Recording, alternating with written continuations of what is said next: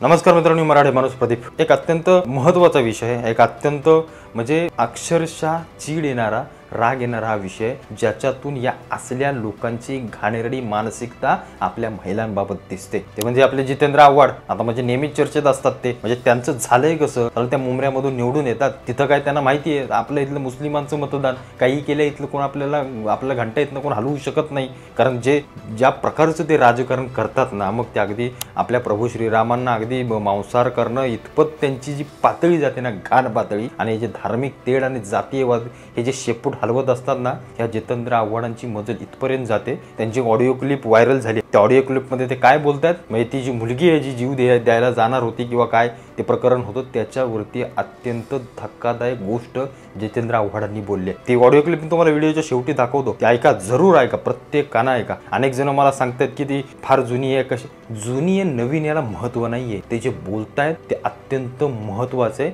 आणि ते जे बोलतायत ना, अक्षरशः प्रत्येक स्त्रीला राग येणारी अशी ही गोष्ट त्यांनी बोलली आहे। म्हणजे त्यांना देखील मुलगी आहे, म्हणजे त्यांना स्त्रीबाबत जर असल्या गोष्टी त्यांना वाटत असतील, तर मग तुम्ही लोकप्रतिनिधी म्हणून काय कामाचे? हा प्रश्न माझ्यासारखा एक सामान्य माणूस तुम्हाला विचारतो, काय कामाचे असले लोकप्रतिनिधी? म्हणजे जर तुमची महिलांबद्दलची असली मानसिकता असेल, तर मग थू चालत असल्यावर तुमच्या राजकीय प्रवासावरती नसल्या तुम्ही लोकप्रतिनिधी म्हणून मिरवता, त्याच्यावरती खरोखर आक्षेप आहे माझा आणि निषेध करतो या सगळ्या गोष्टीचा। आणि त्यांच्याच पक्षातले नेते नको तेव्हा छाती बडवणारे सगळे, रोहित पवार असतील, सुप्रिया सुळे असतील, या गोष्टीवरती नाही त्यांची कोणाची वाचा फुटली किंवा नाही त्यांना बोलता आलं। का नाही बोलता आलं? आपल्या पक्षातला माणूस आहे म्हणून। म्हणजे सालं आपला तो बाबून दुसऱ्याचं ते कार्ट, असल्या सगळ्या गोष्टी करणारी ही लोक, यांची मानसिकता जर असली असेल या महिलांविषयी, तर सालं काय म्हणून आपण यांना निवडून देतो ना, मला तेच समजत नाहीये। म्हणजे यात जितेंद्र आव्हाडांवरती एका महिलेचा विनयभंग केल्याचा आरोप आहे यांच्यावरती केसेस आहेत। मग असली लोक जर आम्ही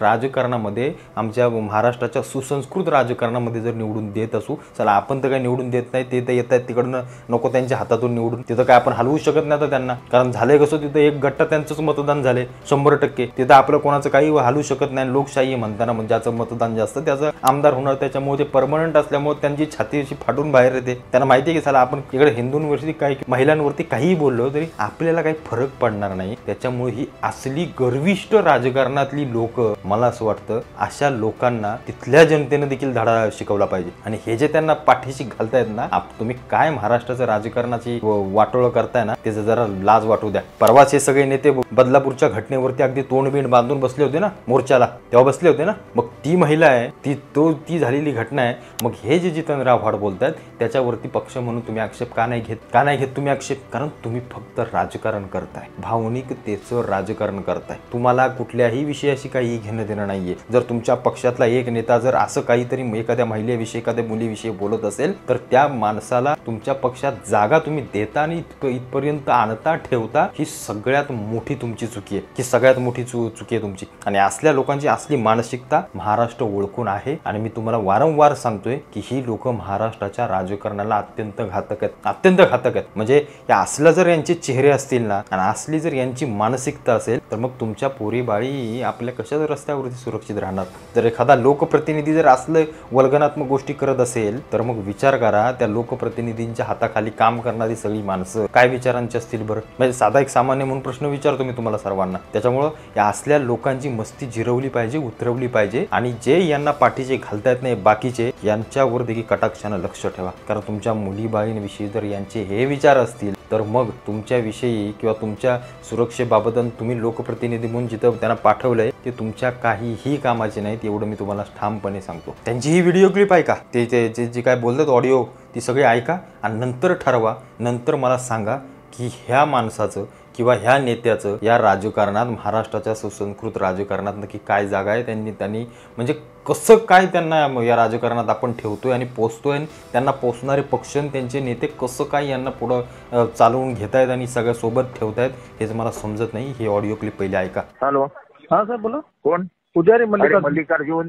तू कुठल्या तरी एका माणसाला ब्लॅकमेल करतोय, ते कुठल्या तरी एका पोरीवरनं तुमच्याकडे आले का सर? अरे माझ्याकडे नाही, ते शरद पवार साहेबांनी प्रफुल्ल पटेलकडे गेले। साहेब ब्लॅकमेल करत नाही साहेब, ती मुलगी आपल्याकडे न्याय मागायला आलेली. हा साहेब, नाही, काहीतरी करतो नको ते उद्योग मेंटच. मी काय केलं साहेब? मी त्याला थोडी ब्लॅकमेल केलेलं आहे. त्याचा मालक बिला टी सिरीजचा मालक आहे तो समोर. हो साहेब, माहिती आहे मला. ती मुलगी आत्महत्या करायला गेली होती म्हणून माझ्याकडे. मरू दे तिला. फुकट तू कशाला बदनाम होतो त्याच्यामध्ये? मी काय त्याला काय बोललो का साहेब? मी काहीच नाही बोललो ना. फक्त तोच मला बोलला की त्या मुलीला समजावा, गुन्हा दाखल करू देऊ नका. बोला मी काय समजावणार बाबा, तुझं काय असेल तर. तो येऊन भेटून गेला मला नवी मुंबईमध्ये. बोला मी समजावतो त्या मुलीला. ब्लॅकमेलचं काय विषय? त्याच्यामध्ये पडू नको. त्याला सांग तुझं तू बस. ऑडिओ क्लिप ऐकलीत, राग आला असेल, मला देखील आला. अनेक जण सांगतात ऑडिओ क्लिप जुनी आहे. अरे जुनी नव्याला काय महत्व हो? ते बोलले ते अत्यंत राग येणार आहे. म्हणजे अक्षरशः मी जेव्हा ते ऐकलं ना, अक्षरशः मी त्याच क्षणाला माझ्या डोक्यामध्ये तिडीक गेली की अशी जर माणसं आपल्या राजकारणात असतील तर महाराष्ट्राचं चांगलं राजकारण बरपटल्याशिवाय राहणार नाही, एवढं मात्र नक्की. तुम्हाला काय वाटतं सगळ्या विषयाबद्दल मला आवर्जून कळवा. भेटू पुन्हा एकदा का नवीन व्हिडिओ सोबत. तुर्तास धन्यवाद. जय हिंद, जय महाराष्ट्र.